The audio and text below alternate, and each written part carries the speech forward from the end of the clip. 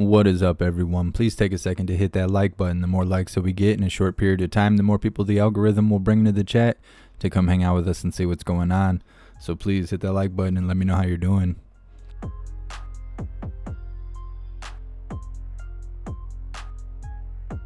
What's up, Kath? What's up, Killer Koala? So we're just waiting on Psaki about 14 more minutes. Well, and then however late she is. What's up, Danette? What's up, David? What's up, King of Dorks? How is everyone? Happy Monday. Is that a thing? We're going to make that a thing. Happy Monday.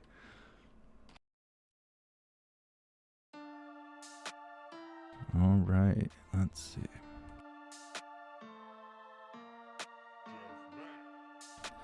What's up, Fire?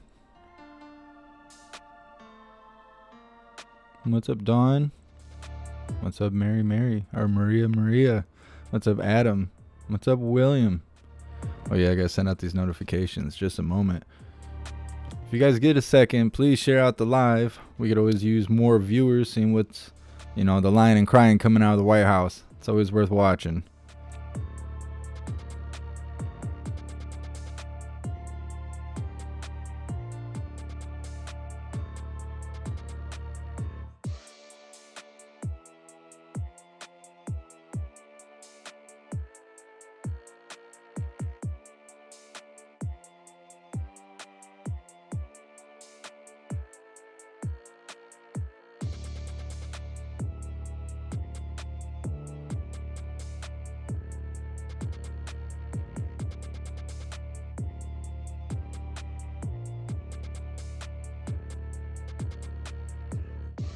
All right. What is up, everyone? Let's check on these other chats. What is up, everyone on Twitch? Man, YouTube's killing me right now. 550 subscribers lost. I haven't seen that number go up in almost a month now. I don't know what's going on. They're coming after me. They're trying to shut me down. Dusty commies.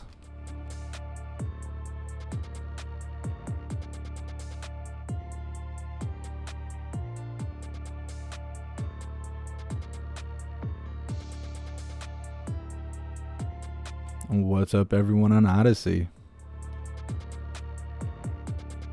Don't forget to hit that fire button. That's like the equivalent of likes on Odyssey.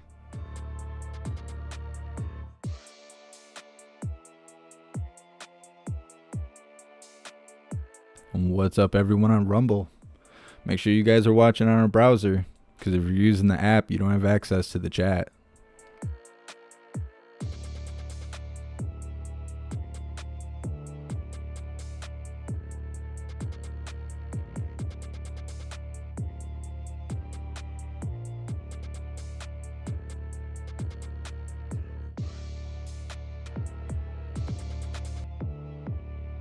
And what's up, everyone on Facebook?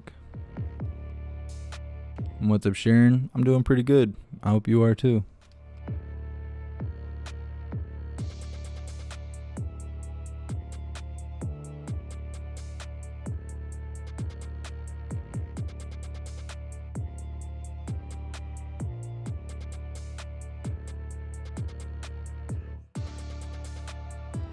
Glock compatible. What happened to the cat gifts when someone becomes a member?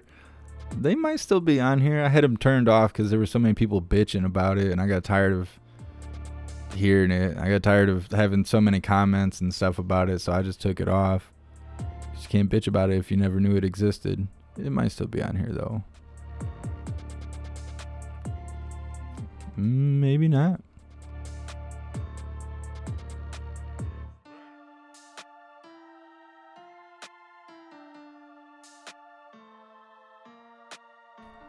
I think I actually removed it. I had it on there for a while, but the list is so long now. Everything I put on the screen gets added to this list, and in some situations I have to group it. Like just my banner on the bottom is like 12 different things put together, maybe even more. And once that list gets long, it's hard for me to quickly move around and pop things up. Like Psaki's high school photo or the flag, things like that. It makes it hard to navigate. So it must have got lost in the sauce.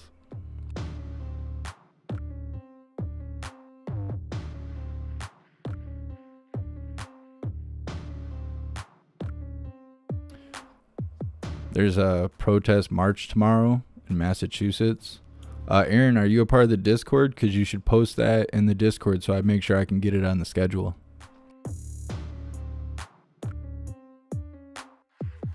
John Costello. Yeah, hopefully Peter's there today. He hasn't been there the last few press briefings.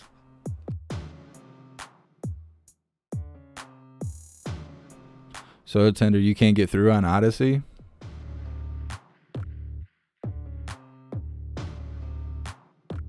What's up, Lori? Who through? Are you guys having issues on Odyssey?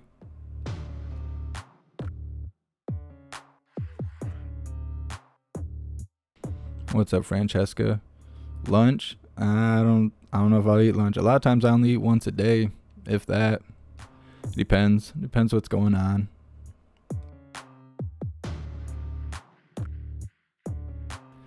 So Tender, no, I did not check on the rabbit hole tab. No, I haven't really read too much today. I was seeing some articles on Twitter. For everyone that follows me on Twitter, I'm sure you've seen me retweeting a lot of articles, but I haven't done too much reading in the Discord yet.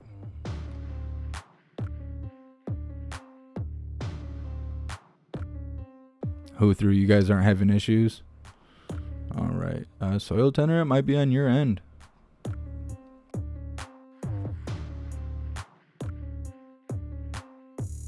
What's up, level 40 wizard? Thanks for being here.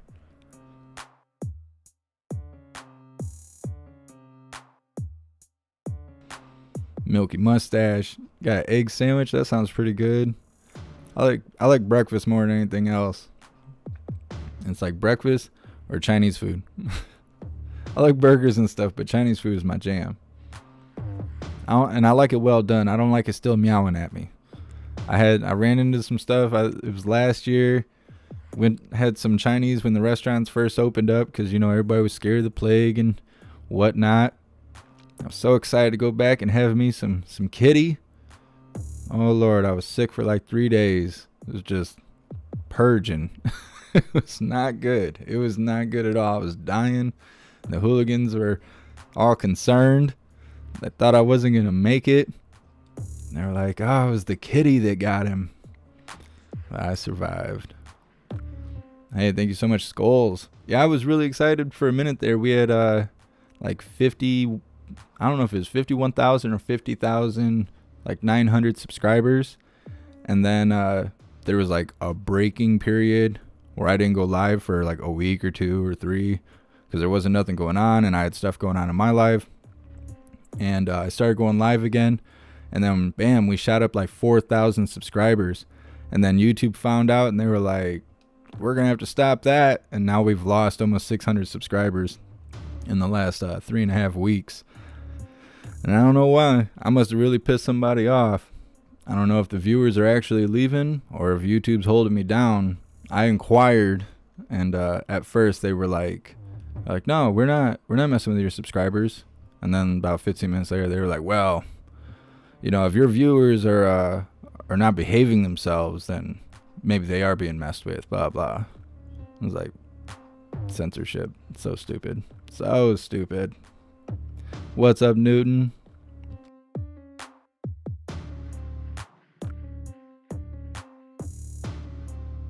Vincent Harris, tell me the secret to YouTube. Leave YouTube. That's the secret, is get away from YouTube.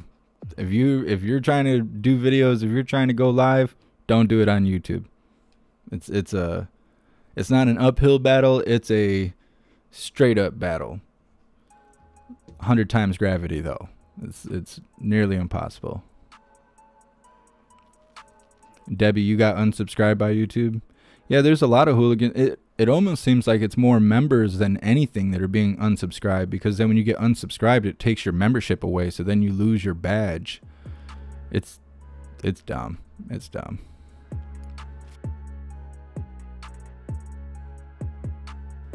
Aaron, you need to go post that in the Discord so it's there so everyone can see it and I can put it on the schedule when I'm not live. High Plains Drifter. Yeah, it's a censorship variant. You know, that's what it is.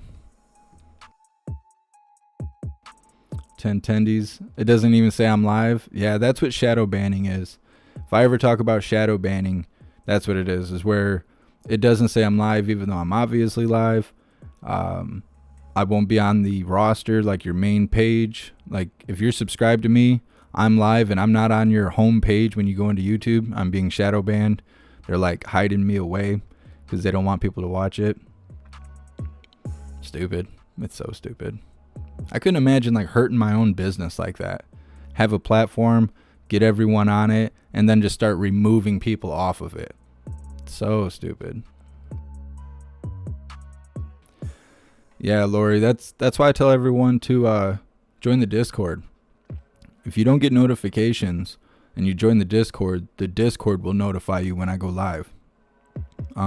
There's a lot of subscribers that do not receive notifications. It seems to be only the new subscribers. If you're newly subscribed, then you will probably receive notifications for a while, but then after 4, 5, 6 months, you won't receive them anymore. You just won't be notified. Or you may be notified, but it won't be till like an hour after we're live, not live anymore, or a week later. There's still videos where people are in the comments and they're like, hey, I just got a notification that you went live, but I'm here and this video is a week old or 2 weeks old. And it's all a part of their game. I have a video right now that's 14 months old or something like that, and it still gets comments right now. I just had a comment last night about it. They were like, wow, this is really old and I just got notified about this. That's probably my biggest video. It's got like 250,000 views or something like that, and there's like nothing going on. I don't know what's so special about that video. It's just a bunch of like rednecks arguing with each other. They're not pointing guns at each other, but they all got pew-pews strapped to them, and I don't know. Maybe that's what it is. It might be the thumbnail. John Costello, you still get notifications after 2 years? Well, that's cool. I'm not sure what it is. YouTube is trying to blame the viewers. It's saying like it's your account, so I don't know.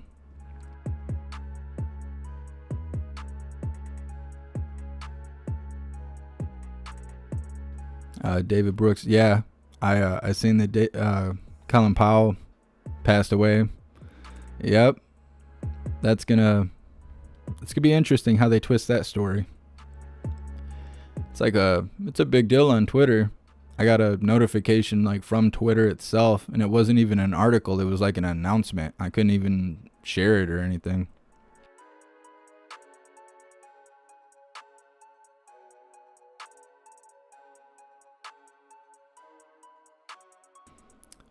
C-Funk, yeah. I know lots about what's going on with that stuff. I just don't have a way to talk about it. What's up, Shane? You ready for some lying and crying from the lizard queen herself, old Jimball Psaki? Did you hear that she broke the law? She broke some sort of oh, come on, brain. I actually just shared it on Twitter. I don't want to misspeak, so give me a second.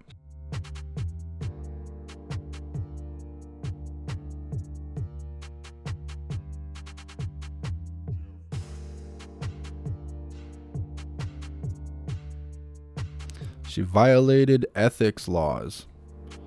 But you know they're not going to do anything about that.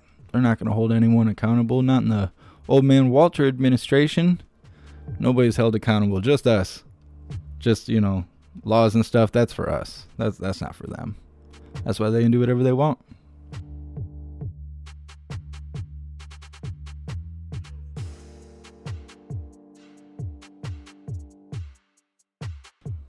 Hey, thanks for being here, Jesse.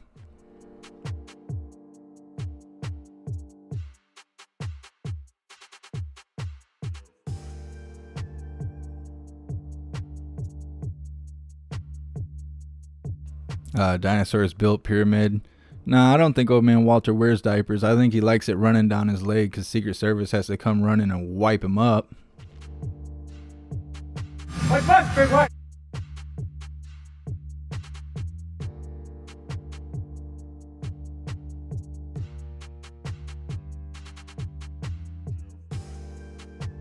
Verbal thoughts, ethic laws. Will ignorance be her defense?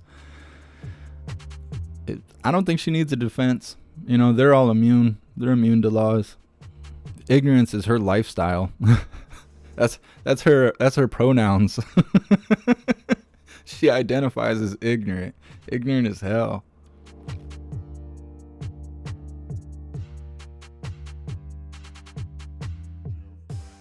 "12 people watching on Rumble and nobody in the chat."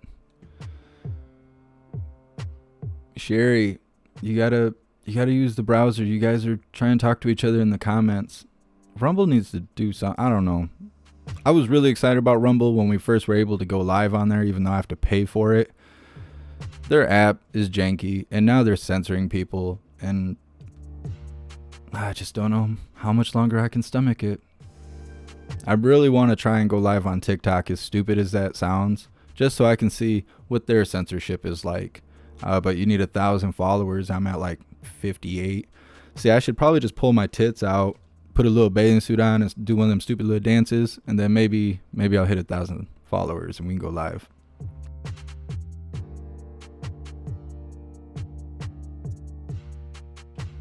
What's up, Jeanette? I'm sorry if I slaughter your guys' name. I am terrible with names. I am not intentionally mispronouncing your guys' names.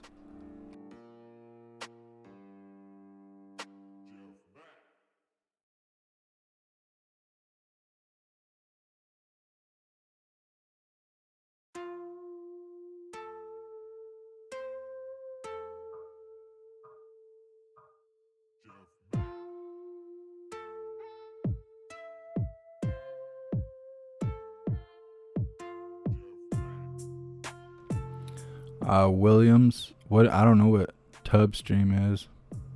That sounds X-rated. Can you go live on the hub? I bet there ain't no censorship over there. We'll just start going live on the hub. What's up, Vic?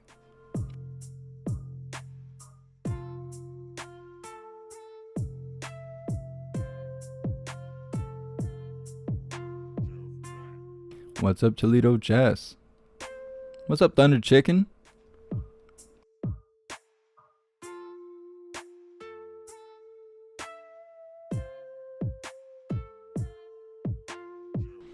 C-Funk, are you talking about the #1 song on iTunes right now? Yeah. You know why it's #1, don't you? It's because of TikTok. All music that does really well right now is because of TikTok. Basically, you can make a song that's, well, at first, it didn't even have to be a minute long, but now you can have up to 3-minute videos on there. So now you could probably put a whole song on there. But a lot of people make songs specifically for TikTok, where they'll come out with stupid dances and they'll release the music video and they'll do the stupid dance on the song. And then everybody on TikTok recreates it. And that's how you go viral now as an artist, because, you know, music being free has really ruined the music industry. It started with, you know, torrents and pirating music, and now you can just go on YouTube and rip it off with the MP3 downloader, and it's ruined the music industry. And so now all they can do is, well, it's not all they can do, but what they've decided to do as a strategy is just make songs purely for TikTok, and someone famous on there or a popular TikToker, they use the song, and then bam, everybody uses the song. Next thing you know, you're #1.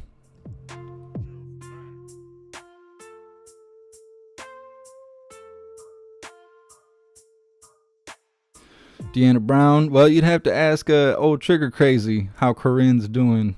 So I am not sure. That's Trigger Crazy's girlfriend. He's a little embarrassed about it.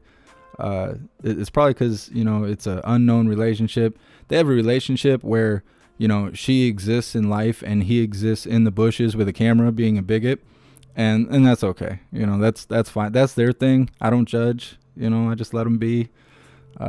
It's not for me to call. and straighten out. That's his deal. So I'm just gonna let him go ahead and have that, enjoy that. I wonder if Corinne watches these lives. She's probably like, this piece of shit.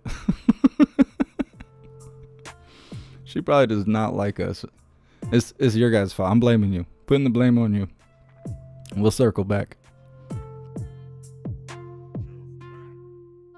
What's up, Joanne?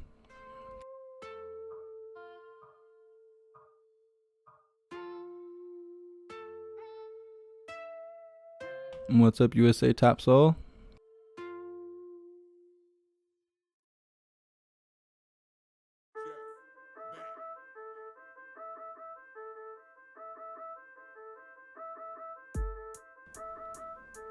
What's up, everyone on Rumble? Now I can see you guys.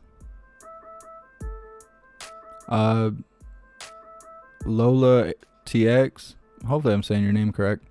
Yeah, Rumble's blocking people. I guess they've shut down Salty Crackers chat a couple times. They'll shadow ban people and stuff now. Oh, thank you so much for the donation and the support. You're awesome. I think you're the only person to ever use a super chat on Rumble. You've done it a couple times. I really appreciate you. Lola TX, I don't want to get away from Rumble because their app sucks, because they could always improve the app. It's the concern for them becoming the next YouTube, because they're selling themselves like the free speech alternative to YouTube. But if you're disabling chats and you're shadow banning people, that's not free speech.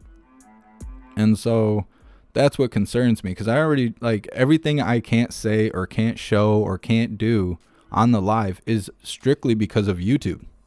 It's not because of any other platform.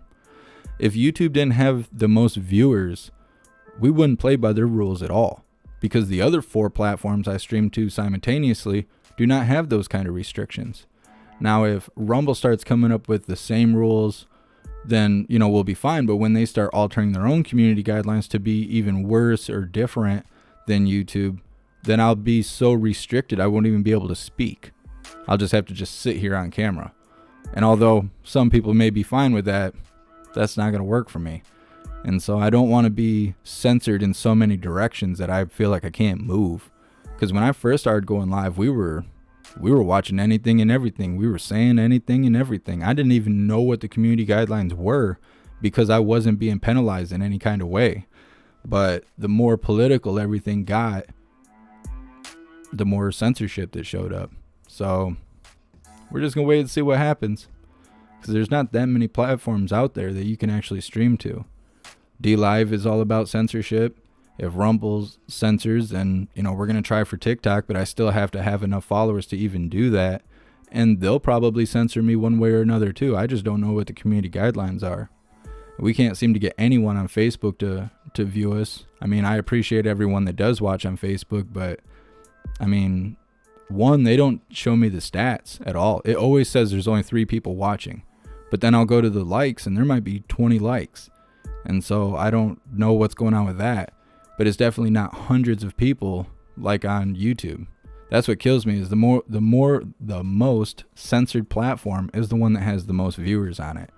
It's a puzzle. It's a puzzle.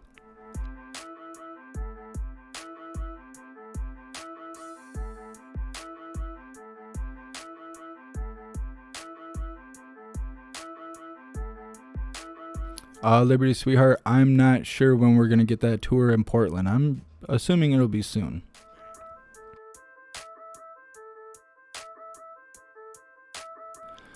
Jules, I've considered making my own website, but I don't know how I would even get people there. I can't get people to even join the Discord. So, I mean, there's a good chance that I could start a website. I mean, I already have a website, but it's more for music than for live streaming. I have some ideas about that. I'm thinking about creating a private tab that you won't be able to access without a membership. That way we won't have like trolls or spies or any weird people in there. You'll have to pay to get in there, like a monthly fee, something cheap. And that way you won't be censored. But I don't know the restrictions for hosting platforms there's a good chance that we could break community guidelines for who's hosting my website and then have my whole website be taken down off the server, or something along those lines. But I'm also concerned that nobody will go. That I'll say, hey, if you want to watch Uncensored, go here, and then nobody will go. The Discord has lots of great resources, and I feel like I'm begging people to go, and then they don't go. And so I don't know. It's a struggle. Every part of this is a struggle, but it's worth it.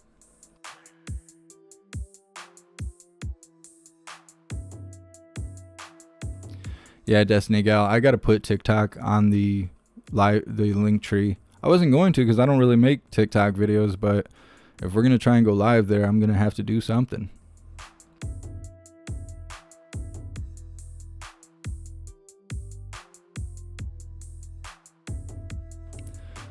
Lindsay, yeah, that would be awesome. It's more about the servers that I'm worried about as far as creating a website more than anything else. What's up, Status Quo? I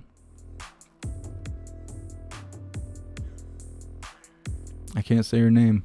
Drock.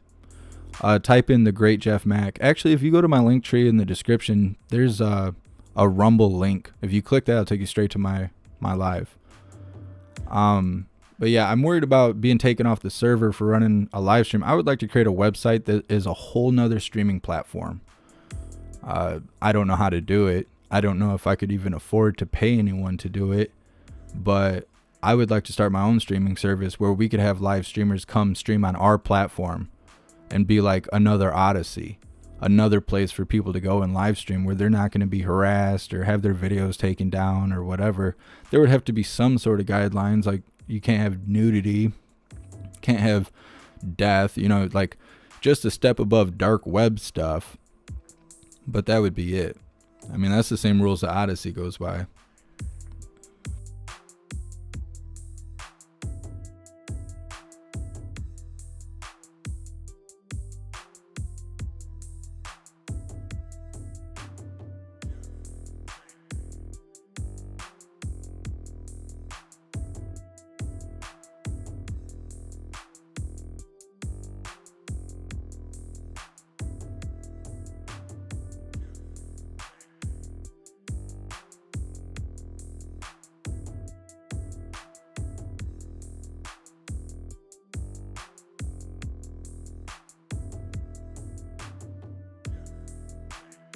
The ad rock. All right. Well, thank you for letting me know.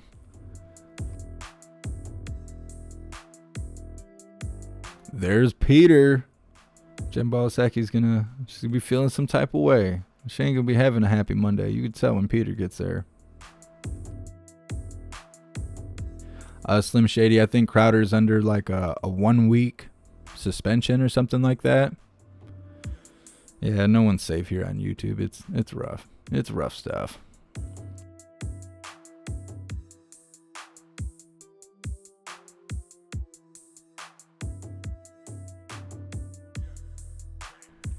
Saki, 14 minutes late.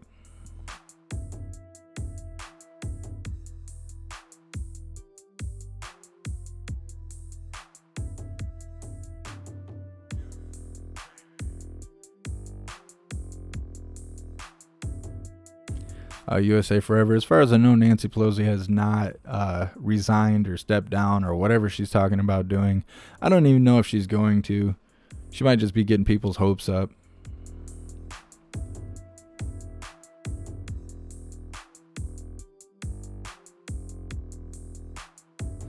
Alexandra, I'll do a Telegram in a little bit.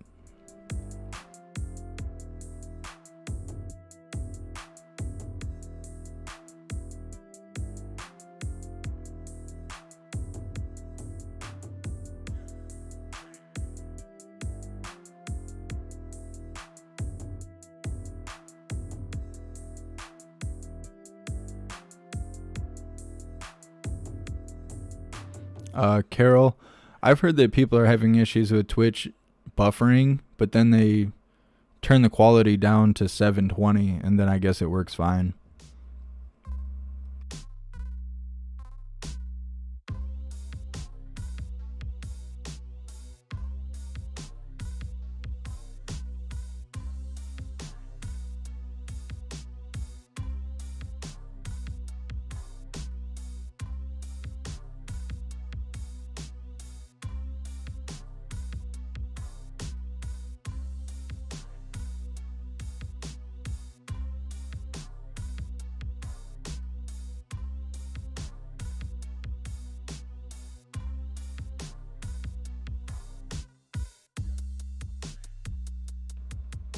Yeah, Crowder's here on Rumble. It'll only be a matter of time. He'll be on Odyssey as well.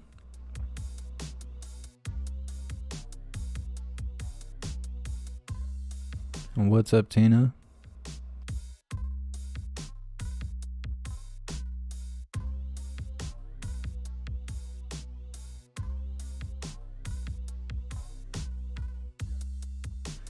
Oh, they got her human face on. Good job. Who are all those people? They're all doing weird stuff in the back. The president's outreach and engagement as it relates to Build Back Better and his legislative agenda. He spent the weekend continuing his deep engagement on behalf of his economic growth agenda for the middle class, speaking with members who represent the full spectrum of views of Hill Democrats about the pathway forward on both his human infrastructure and physical infrastructure plans. He spoke, as I think some of you reported this morning, with Representative Jayapal at the White House, and we'll have a number of additional conversations by phone with members of both chambers and who also run the gamut in terms of their views as we proceed through the course of the afternoon. Tomorrow, he will host two different meetings with House members here at the White House, one with moderates and one with progressive members. We're encouraged by the accelerated pace of talks and are eager to get this done to meet the urgent needs of families who have been contending with high costs, outdated physical infrastructure, the increasingly devastating threat of climate change, and a tax system that gives special treatment to the rich and corporations at the expense of middle-class families, no matter how hard they work. As you also saw, we also announced this morning that on Wednesday, the president will travel to Scranton, Pennsylvania, going back home, some might say, to continue to rally support for his bipartisan infrastructure deal and Build Back Better agenda.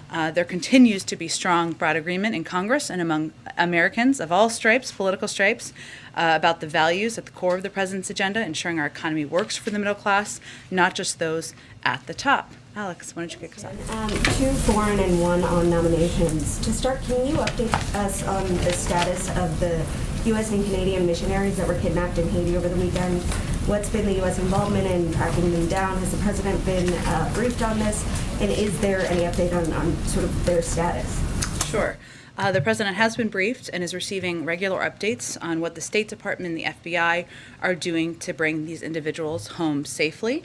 The FBI is part of a coordinated U.S. government effort to get the U.S. citizens involved to safety.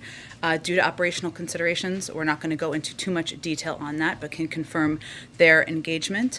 And the U.S. Embassy in Port-au-Prince is coordinating with local authorities and providing assistance to the families to resolve the situation. We can't get into too many details, I should say, about the individuals and their identities because of Privacy Act waiver considerations. And then can you comment on reports that China tested a nuclear-capable hypersonic missile over the summer to the surprise of U.S. officials? Are these accurate, and do these raise concerns about China's nuclear capabilities?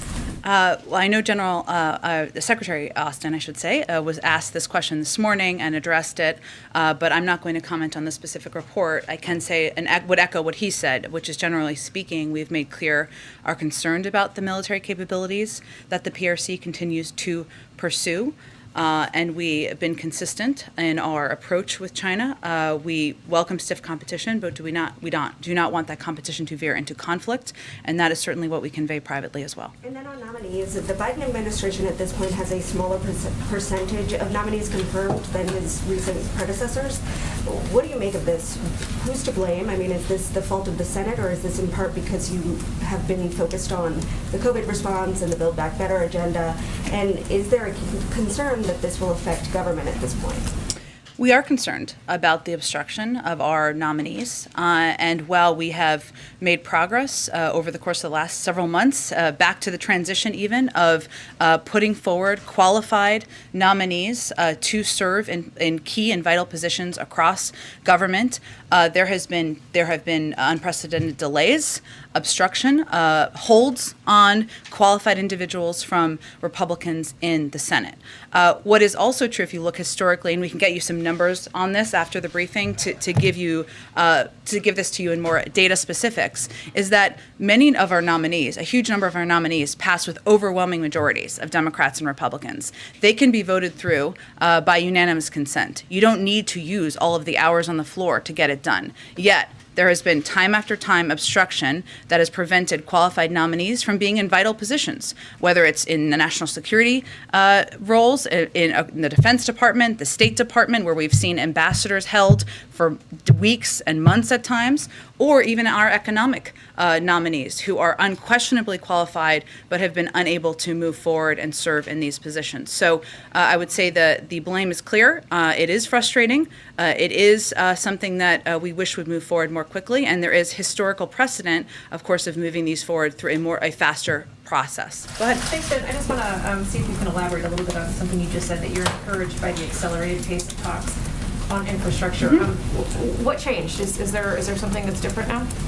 The president is certainly feeling an urgency to move things forward, to get things done. I think you've seen that urgency echoed by members on the Hill who agree that time is not unending here, and we are eager to move forward with a unified path to deliver for the American people. Does the sense of urgency have anything to do with the president's trip coming up in just a matter of 8 working days? Does he feel the need to get this wrapped before he leaves?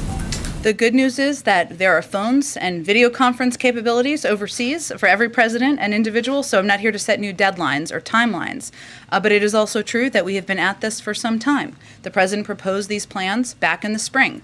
He has participated in dozens and dozens of calls, of meetings, of engagements with members to hear their viewpoints, to understand where they're coming from, to reach consensus. And we are at a point where we feel an urgency to move things forward, and the pickup of meetings is a reflection of that. Just quickly on voting rights, I just wanted to get your reaction to the president of the NAACP, who's on the record saying that the administration's lack of urgency on this issue is, quote, appalling. He says the lack of priority on this issue will be the undoing of the legacy for this president. Well, I would say that the lack of urgency in Congress, in the Senate, among Republicans, in protecting people's fundamental right to vote is also frustrating to the president and to this administration. The United States Senate needs to act to protect the sacred right to vote, which is under unrelenting assault. No question. We agree with leaders from the NAACP and other activists who have expressed that concern. It's under unprecedented assault by proponents of the big lie. And Republican legislatures, state legislatures across the country. It is urgent. Senate Democrats have been working hard to draft legislation that I would note includes traditionally bipartisan provisions, protecting people's fundamental right, making it easier and more accessible to vote. I'd also note the president will be engaging in a couple of calls, in addition to these Build Back Better calls, with members, which will provide a readout to all of you on this afternoon about the voting rights legislation that will be put forward. But I would say that right now, the question for us, and I bet you we share this view with a number of civil rights leaders, is for Senate Republicans and what kind of leaders they want to be. Are they going to play a role in making it easier and more accessible to vote? Are they going to protect this fundamental right? Or are they going to continue to be obstreperous, to use a word the president has used in the past, and put Democrats in a position where there is no alternative but to find another path forward? So it's really up to them. These are bipartisan proposals that have had bipartisan support. We're talking about people's fundamental rights. Go ahead. Does the president feel the need to mediate the current war of words between Senators Manchin and Sanders we've seen play out? To mediate the war of words, I would say the president has been in touch with both senators, not to mediate words, but to better understand the path forward and what are priorities to each of them. And he will continue to play that role. And then 2 quick ones on policy. Senator Manchin has been pretty clear about his position or opposition to a clean energy standard for a while now publicly. Presumably that's given your team time to try and figure out workarounds to that. Does the president still believe he can meet his emissions goals if a clean energy standard or CEPP is not in his final proposal? Well, President Biden has been clear about what he supports. 100% clean power by 2035 is a goal he committed to over a year ago. As you all know, that's why I think you're asking about it, and he remains committed to it. The good news is there are a range of good ideas and proposals out there from members of Congress about how this legislation can help meet that goal. And there's no question in our minds there is important debating right now happening about what the components of the climate proposals will be in these packages, that these packages will have a historic impact on addressing our climate crisis. I'd also note, can I say one more thing? I'd also note that the president also has not waited for legislation. He has led the shift toward electric vehicles. There are components in these packages that also will help move that forward. Phased out super pollutants like HFCs to greatly reduce emissions. Made across government investments in clean energy like offshore wind and solar. Made historic commitments to use every lever at his disposal to advance environmental justice and spur economic opportunity. So it is absolutely pivotal that these pieces of legislation have climate components, and they will, to address the climate crisis, but he has also not waited for that. He's also taken actions of his own accord. And then one more, one of the critical pay-fors in the package is tax enforcement. And I know you've discussed this a couple times the last couple of weeks, but given the scale of the ramp-up we've seen from the banking industry and opposition to the proposal you've laid out, what's the sense from the White House in terms of the pushback against that, or if they're concerned about the future of that proposal? Well, it should not be lost on anyone that the loudest opposition to these proposals and the biggest ad spending against them is from the biggest banks, who simply do not want to be bothered by additional reporting on inflows and outflows. That should not be lost. We can certainly get you the numbers, or it's publicly available out there, on how much money is being spent and how vocal this opposition is. I would note that the top 1% is responsible for $163 billion a year in owed but unpaid taxes. So this proposal we're talking about is about preventing high-income individuals who are not typical wage earners, meaning they don't get paid through standard payroll, W-2s. The vast, vast majority, I think it's something like 97% of wage earners, are paying the taxes they owe. We're not talking about that here. We're talking about the highest income individuals, 1%, who are responsible for $163 billion a year in owed but unpaid taxes. There are discussions, active discussions, I would note, with Senator Wyden and others in Congress about how to ensure this is absolutely targeted at those who evade tax obligations, including on the cap and potential exemptions. But let's be clear what this is about. It's about big banks deciding to protect wealthiest Americans that get away with not paying the taxes they owe by fighting this common sense solution, and we want to be clear about that. Go ahead. I wanted to ask you about Moderna and the kind of concerns that exist on production levels. What is the Biden administration doing to sort of lean on this company? And Kessler has talked about using the tools that are available. Are you going to use the Defense Production Act, and how soon could that happen, and how quickly could that get production going? I don't have any new actions to preview for you, but what I can, and I think what you were alluding to, but for others who didn't see, Dr. Kessler did not mince words in his expression of what Moderna should be doing here, which is sharing their know-how with other parts of the world in order to increase capacity and production, something that we definitely support. So the process of technology transfers, as you know, involves teaching another company how to make a vaccine that takes specialized scientists and transferring intellectual property. We actually absolutely want that to happen. But my understanding is also that the U.S. government does not have the ability to compel Moderna to take certain actions, but it is something we support, we want to happen, and Dr. Kessler has been quite vocal about it as well. Is the president going to get involved in this discussion in any way in terms of maybe reaching out to the CEO? He's had conversations with other CEOs, of course. I don't have anything to preview on that front. I think there had been some questions, which is why I mentioned that we don't have the legal ability to compel. That doesn't change regardless of who's having the conversation, but certainly we have been pretty crystal clear about what we'd like to see happen here. Let me just follow up on that. The Defense Production Act does give you certain tools. Have you ruled out using it in this case? I'm not here to announce, preview, or rule out anything, but just to convey that our position continues to be that we would like to see them share their know-how to address this global pandemic. Can I just ask on the nominations question? Yeah. You mentioned the economic nominees, too. Yeah.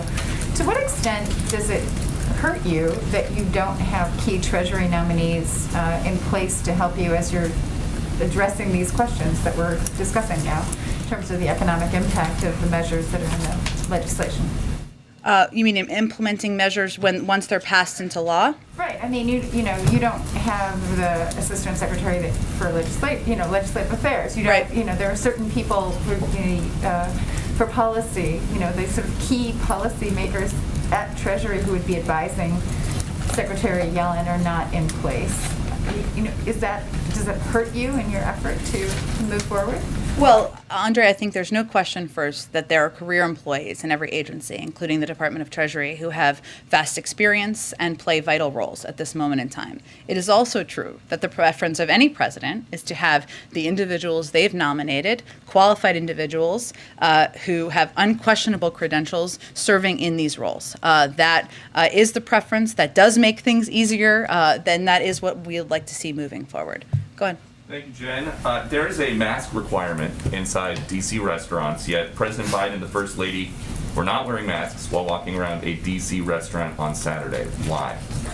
Well, I think what we were referring to is a photo of them walking out of a restaurant after they had eaten, masks in hand, where they had not yet put them back on yet. So I would say, of course, there are moments when we all don't put masks back on as quickly as we should. But I don't think we should lose the forest through the trees here, and that our objective here is to get more people vaccinated, make sure that that schools and companies around the country can put in place requirements to save more lives and keep people safer.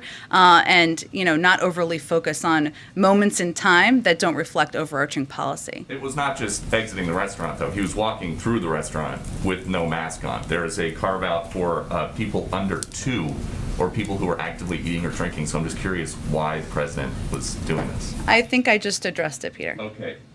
Why did the president break his promise not to enter into any decisions about what cases the Justice Department should bring and not bring? How did he break his promise? Well, he was asked if the DOJ should prosecute people who defied January 6th committee subpoenas, and he did not say, I will let the Justice Department decide. He said, yes. Well, let me reiterate, and I put out a statement also on Friday night on this, where I conveyed clearly that, one, the president continues to believe that January 6th was one of the darkest days in our democracy. He also continues to believe that the Department of Justice has the purview and the independence to make decisions about prosecutions. And that continues to be his view, and that continues to be how he will govern. You say that is his view, but that is not what he said. I just conveyed what his view is, and that is also how he has operated, how he has governed, and how he will continue to govern. And I think that's what's important for people to watch. So then what's changed since last year when he said, I will not do what this president, former President Trump does and use the Justice Department as my vehicle to insist that something happened? Well, since you give me the opportunity here, former President Trump used his office to incite an insurrection. He put political pressure on senior DOJ officials to propagate lies about the election to the point where they threatened to resign en masse. I think there's hardly a comparison there. But President Biden said, the Justice Department in my administration will be totally independent of me. And he said he would not enter into any decisions about what cases the agency would bring and not bring. How is that not exactly and what he he's has doing? not, and he will not. And criminal prosecutions are their sole purview. Criminal prosecutions are the sole purview of the Department of Justice. That is the president's position. That is what he nominated the Attorney General to operate under. That is exactly what the Attorney General is doing, and those are the actions that people can watch from this administration. Eat shit, Jen Psaki. Public reflects on the life of Colin Powell and his public service. People are also now aware that he had a breakthrough case of COVID in addition to cancer and had some vulnerabilities. Because he was fully vaccinated and got COVID that took his life, any concerns about how that will be interpreted publicly, or how does that affect the message from the White House about the importance of vaccinations? Well, as people saw in the statement issued by the president, a very personal statement about his personal relationship, this is obviously a heartbreaking tragedy for the country, and one the president is feeling personally. There are extremely rare cases of deaths or hospitalizations among fully vaccinated individuals. That has been the case even before the death of Colin Powell, especially among older people over a certain age, and people who have underlying health issues or people who are battling other diseases. That has been the case. It is also the case, and this is important for people to know and understand out there who are concerned, that an unvaccinated person has a more than 10 times greater risk of dying from COVID-19 compared to a fully vaccinated person. So there's no question that vaccination, that taking precautions can save lives. It is still true, and this raised that, certainly the death of Colin Powell, that underlying health issues, fighting other diseases, is something that can lead to greater risk. And the administration on the issue of the Texas abortion law is seeking redress from the U.S. Supreme Court. Can you speak to that? Well, as we've spoken to a few times, and including in statements from the president, he continues to believe that Roe v. Wade is the law of the land. He supports efforts to codify Roe v. Wade, and he is going to fight efforts. Obviously, the Department of Justice will be in the lead on that, against efforts to prevent women from having access to fundamental rights that they should have to protect their own health and make decisions about their own health. Go ahead, Risha. Thank you, Jen. Just a couple follow-ups and then a couple Sure. questions on Haiti. Is there anything you can share about the president's last interaction with General Powell, whether they spoke on the phone, in person? Yeah, that's a good question, Risha. I should have asked that question. I haven't, so let me see if I can get some more color for all of you on that. Thank you. And then to follow up on what Peter was asking, just to be clear, does the president believe people who defy subpoenas should be criminally prosecuted or not? It's up to the purview of the Department of Justice to make that decision. When he was asked that very question on Friday, he said yes. Does he stand by that answer? He believes it's an independent decision that should be made by the Department of Justice, and they'll make that decision. And then on Haiti, is the president considering sending in the U.S. military to help rescue the Americans who are kidnapped? I would really point you to the Department of Defense to speak to that, and to my colleague over there, John Kirby. But again, where our efforts right now are focused are with officials on the ground, including from the FBI, working closely with our diplomatic team and the U.S. Embassy in Port-au-Prince, who's coordinating with local authorities, providing assistance to the families, and also working to get the U.S. citizens involved to safety. But I don't have any additional details at this point. And then just Okay. given the kidnappings, Yeah.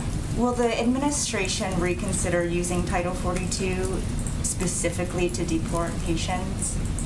Well- Given that it illustrates how dangerous the situation is there. Well, I think there's a couple of things to unpack here that are very important for people to understand. One, Title 42 is used, as you know, but just for everybody, across the board, no matter what country you're coming from. There are about 90,000 people where Title 42 was applied in August. The vast, overwhelming majority of those people were not from Haiti, but we apply Title 42 because we're in the middle of a global pandemic across the board.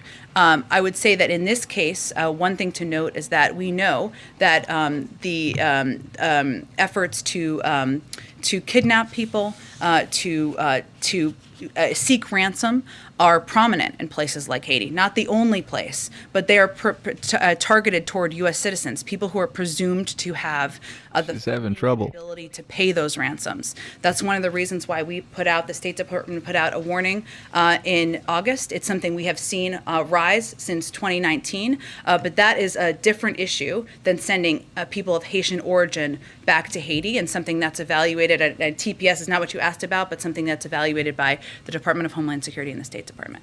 Thanks, Jen. Go ahead. Thanks. I wanted to ask about another marker that Senator Manchin has kind of put out, which is that he wants to cap the child tax credit to families making under $60,000 a year and add a work requirement. I know that you've said previously that the White House is okay with some means testing of these programs. You don't want to negotiate from the podium. That being said, this represents what would be a pretty dramatic scaling back of what's been a signature part of the president's legislative accomplishments so far, and something that he and the vice president have touted pretty publicly. So to echo Phil's question on climate in some way, is this within the realm of possibility? How do you guys react to Senator Manchin kind of throwing down this marker? Well, I'm not going to react directly to Senator Manchin's point of view because that's not particularly advantageous at this point in the negotiations. But I will say the president proposed an extension in the child tax credit because he feels that it is something that can not only help families make ends meet, it can help bring more women back into the workforce, and it is a vital part of his proposed packages. He has also, in the past, supported and continues to be open to supporting what can be called means testing or can be called caps on income, and there are a range being discussed, but I'm not going to speak to it further than that. OPEC failed to meet its output targets for September. You have sort of spoken about with some amount of pride that the White House was able to get those enhanced production levels, and now we're seeing that they're not hitting them. I know that you're not a member of OPEC, but we also know Not me personally, not the United States. Neither one. either, unless you have vast oil reserves that we're not aware of. No, it'd be a very interesting part of my bio. I'm not. But the U.S. obviously can exert sort Yeah. of major influence here. So with having missed this mark, are you trying to do more? Can you do more? We are continuing to press through member countries of OPEC, even as we are not a member, to address the supply issue and work to address it here as well. I would also note that what we're also working to address is more of a logistics issue of how we are moving supply around the country, which means there are shortages in some places and not others, and that's something that we are also working to address. We are certainly well aware of the impact on any increase in gasoline prices or any cost on the American people, and we're going to continue to use every lever at our disposal. It is not a short-term option, of course, but I'd also remind everyone that that our NEC director sent a letter to the FTC about looking into price gouging, something that we will continue to press on, or they've said they would take up, and they will of course be on the lead on that, but that's something we also watch closely. Just a last quick one. Could you kind of flesh out the thinking behind the president's travel schedule? I mean, not to dismiss the great state of Connecticut or even Scranton, a place that obviously holds some nostalgic value for the president, but it's been pretty clear that the sticking points at this point are West Virginia and Arizona. We saw play out with Bernie Sanders that Joe Manchin doesn't necessarily like people coming into West Virginia and telling them what they think they should do, but why hasn't the president focused more of his attention on those states, particularly with his travels? He tries to make the case for his agenda.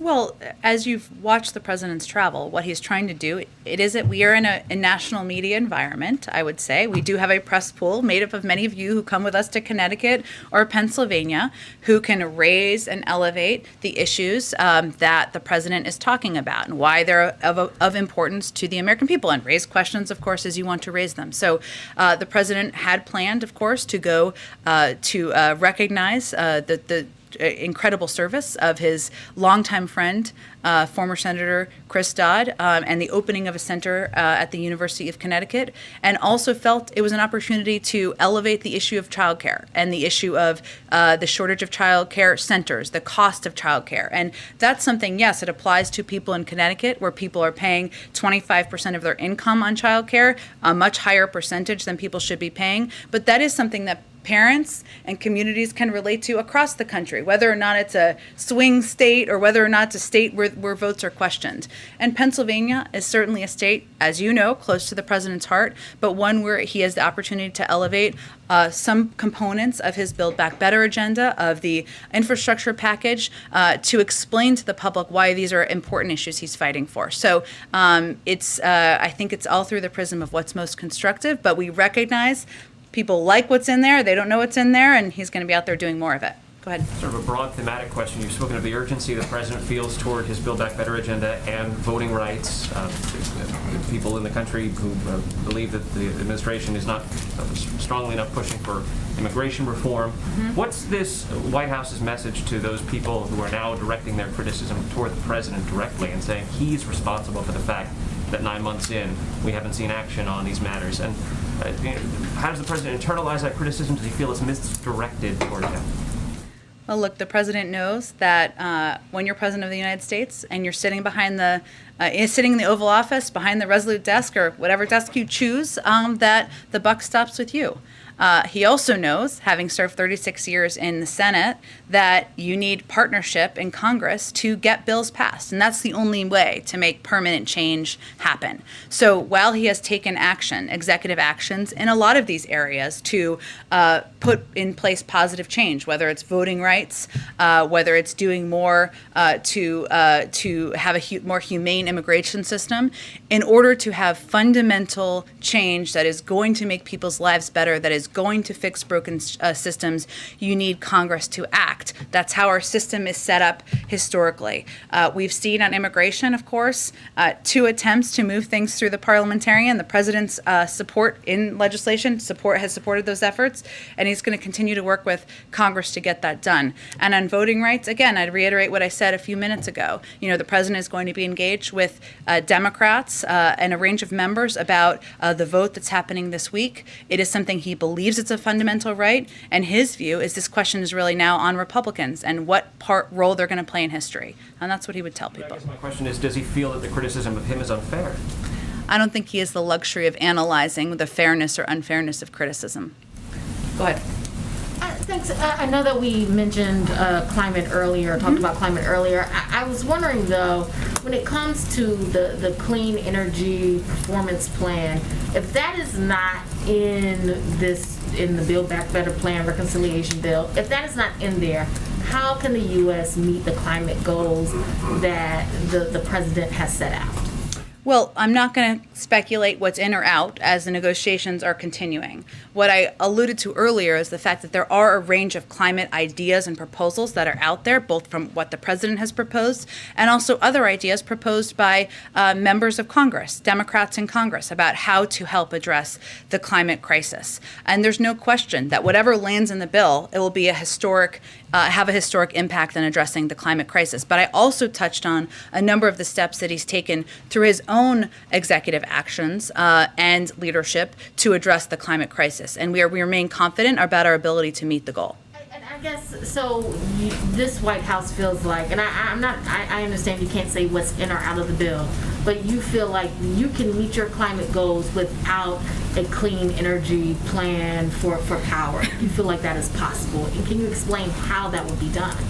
Again, there's a range of proposals out there. As these proposals move forward, we'll continue to have a discussion about this. But we are confident that these packages will have an enormous impact on addressing the climate crisis. There are a range of ideas out there that have a great deal of support in Congress to do exactly that. And there are also a range, but I'm not going to outline those from here while these negotiations are ongoing. But we remain confident in our ability to reach our goal.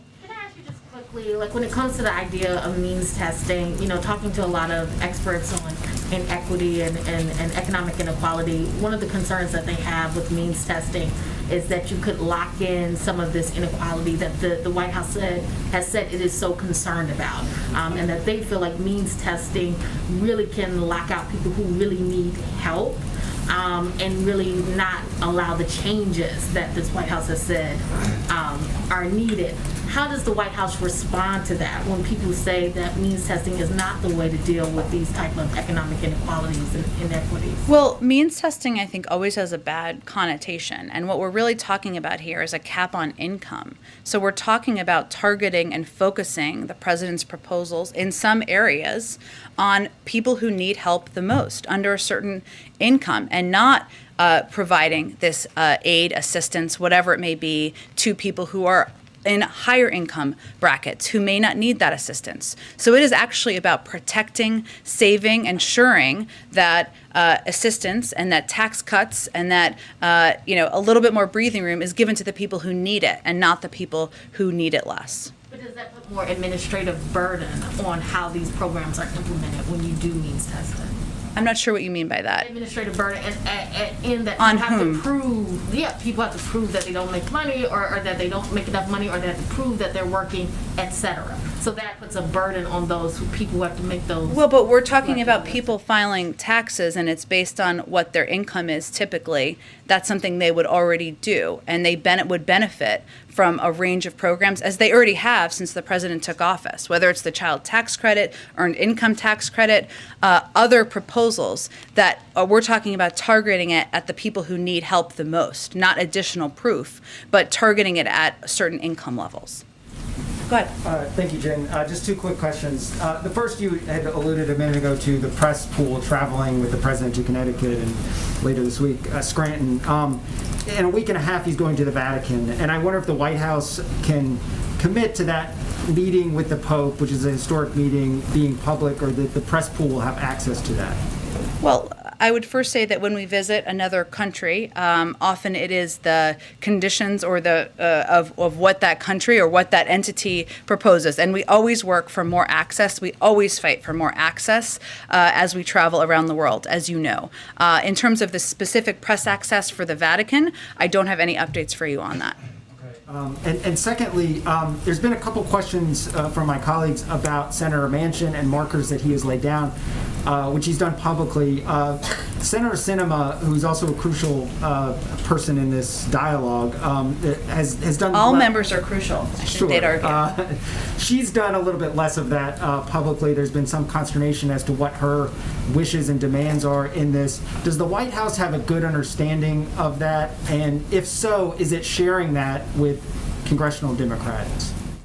There are a range of conversations happening behind the scenes. I'll let these senators outline their proposals, what they support and don't support themselves. But on the White House side, do you guys know what she's wanting to be in or out of the bill? Again, we'll let them all speak for themselves. I'm not going to confirm or give more details from here on their positions. So DHS announced that they're bolstering their intelligence to better gather information and to monitor and predict migrants coming from South America and Central America. Why is this happening now, and why wasn't it in place already? So, I'm not actually sure what you're referring to. I'd have to dig into it further. Is it a specific program or? Yeah. So NBC News reported earlier today that they're building an intelligence gathering sort of cell, which DHS has confirmed to me as well that they're doing, to help better monitor and predict migrants that are coming, that could, help DHS get resources to the border if they see migrants coming, could also help with messaging to combat messaging that is happening in that country. I guess, what kind of spurred that, and what are the goals for that? I think the Department of Homeland Security would really have all the details on this. I'm happy to check with them or connect you with the right person over there for more details, but it's really under their purview.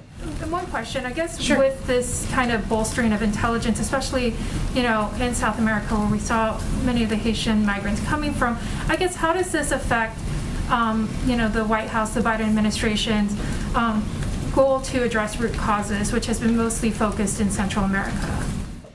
Well, let me get more details on this exact program, and we can talk more about it tomorrow or offline or what have you, and I can connect you to someone at DHS too. Go ahead, Karen. Thanks, Jen. The president was asked Friday night by ABC if he supported term limits for the Supreme Court, and he said no. He has said that before. He talked about that during the campaign season. But that appears to be the area in that draft report, the materials last week, that has, agreement, bipartisan agreement. Why is he ruling that out now before getting the final report in a couple weeks? As you know, he hasn't reviewed the final report, which again is an assessment. It's not recommendations. Obviously, you all have seen the draft out there, and there was a public meeting on Friday to discuss. So I think it's more reflection that his position hasn't changed. He hasn't reviewed the report yet, and I'm sure when he does, we'll have more to say. Publicly now that he doesn't support, he said just no, one word answer, that he doesn't support the proposal that does have the most widespread and bipartisan support as stated by that committee. Is the takeaway now that any changes to the court are not likely to happen? I think the takeaway should be he hasn't reviewed the report or the assessment from the Supreme Court committee, and that is consistent with what his position has been in the past. Go ahead. Thank you, Jen. Does the White House have any reaction to report of 2 airstrikes today on Tigray, northern Ethiopia? And also, last week, the president received the first African leader at the White House, the president of Kenya, Uhuru Kenyatta. What were the major achievements, and who is the next African leader to visit the White House? Well, I know the president enjoyed his meeting with President Kenyatta. We made a significant announcement as it relates to COVID vaccines that we were going to be donating to Africa and the African Union through the course of that meeting. I don't have anything to preview in terms of a next meeting. Go ahead, Francesca. Do you have any reaction to the airstrike on Ethiopia? I will get you something after the briefing. Go ahead.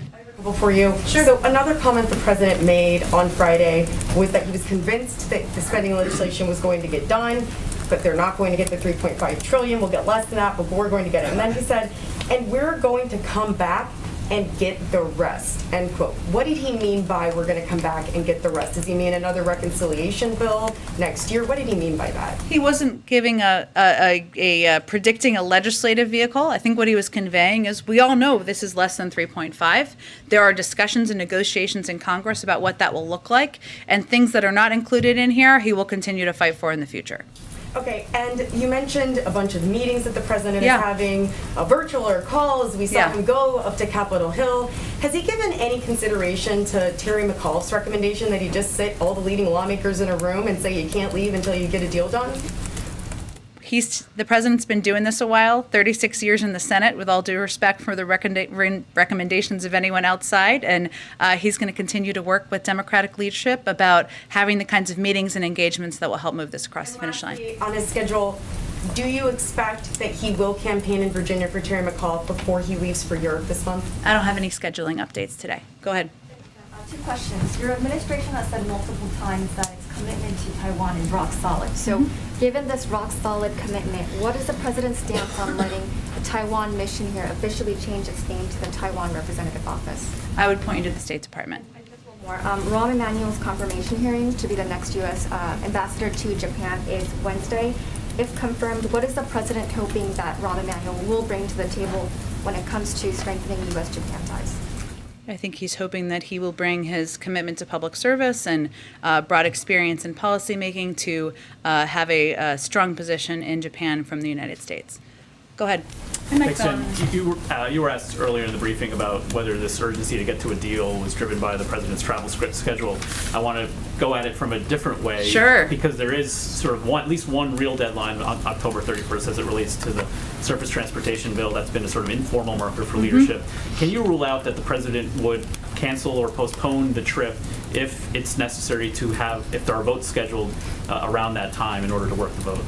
I think you can all fully plan for the president to be traveling to Rome and Glasgow on his scheduled trip. Has he given any direction to congressional leadership, because he would want to be presumably here for a vote, to schedule any votes accordingly to try to get it done before his departure or to wait until afterward? There are a range of ways to sign legislation into law, even if the president is not here. Thank you, Jen. Thanks, everyone.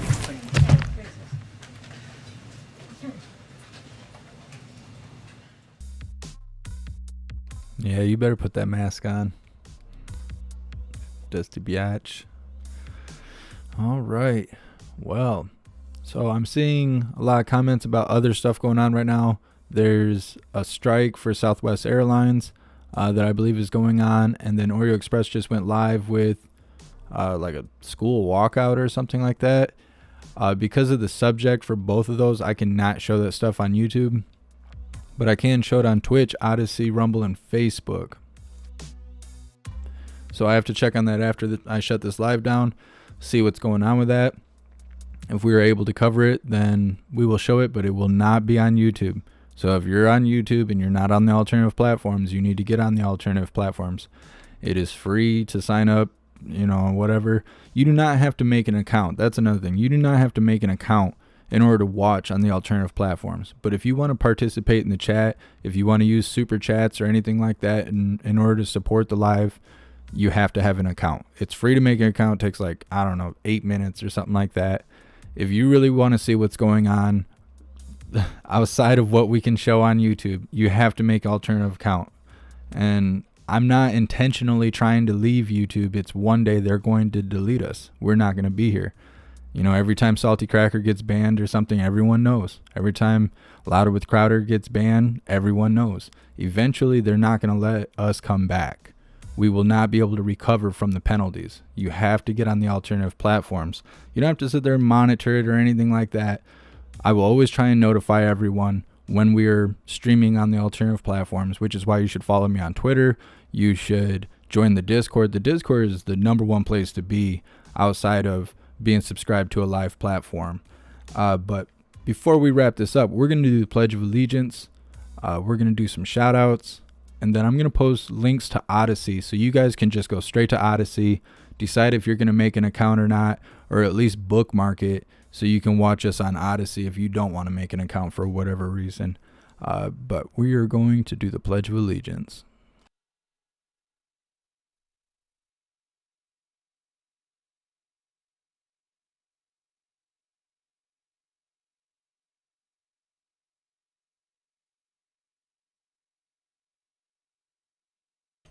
Please join me for the Pledge of Allegiance. I pledge allegiance to the flag of the United States of America and to the republic for which it stands, one nation, under God, indivisible, with liberty and justice for all.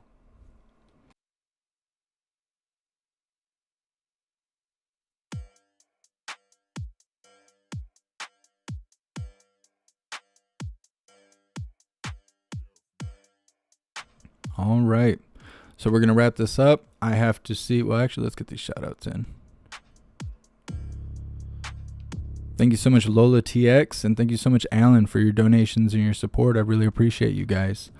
I'm going to wrap this up. We're going to see what's going on with these other protests going on. I'm not sure. Let me check the White House schedule.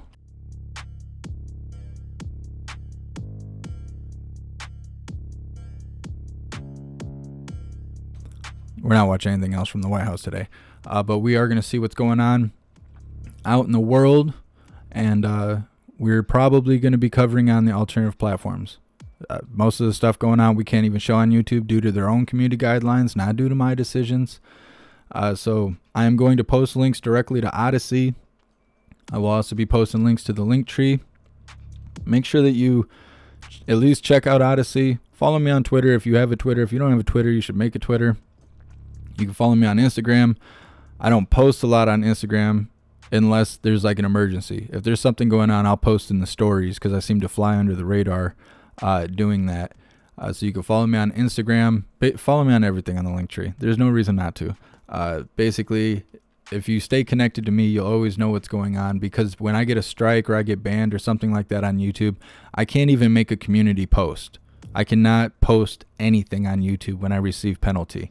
So if you're only connected to me on YouTube, you're kind of hanging yourself out there. So yeah, should definitely join the Discord as well. I'm going to make a video on it. I haven't figured out how to do it yet, but I'm going to figure out how to do it because there's no reason why you guys shouldn't be a part of the Discord. Either way, thank you guys so much. I appreciate all of you. Big shout out to everyone that made donations, joined the membership program, or purchased any merch. You guys are what's keeping the channel going, and I wouldn't be able to do it without you. So thank you so much.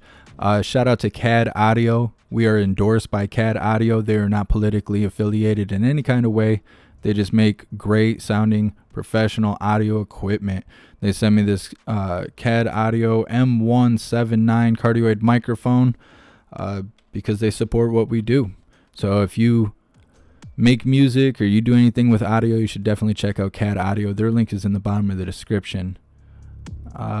Salty Patriot Girl, yes, I am on Telegram. I don't hardly use it, but you will be notified for when we go live. If you join the Telegram, I believe I put the Telegram on the Linktree list. That Linktree link is always in the description. So if you're trying to figure out how to connect with me, whether we're live or not live, you can go to any of my live videos and it will be sitting there in the description for you to check out. So I appreciate all of you. You guys are super awesome. Thank you for showing up for today's Lying and Crying from the White House. We're going to see what's going on out in the world, and we'll probably be going live again. We will probably not be able to show what's going on YouTube because of their community guidelines. So you're going to have to leave YouTube. You'll have to wander off of YouTube. You don't have to download another app or any crap like that. You use your browser. I suggest and really believe you should be using a browser for these alternative platforms because they just seem to function better. Twitch's app works okay, but Odyssey and Rumble and all that stuff, they're janky right now. And so it's better to use a browser. It functions better, runs smoother, and we're not as censored. So if you're against communism, you should really be checking out these alternative platforms. Either way, Jesse, I don't know why everybody asked me for the Discord tag. It's a bunch of random letters and numbers. It's private. You can't search it up. You have to use the link. There is no other way to get to it. It is on the link tree in the description. Thank you guys for being here. I appreciate all of you, and I will see you on the next live. Until then, stand tall, shine bright, and that's a wrap.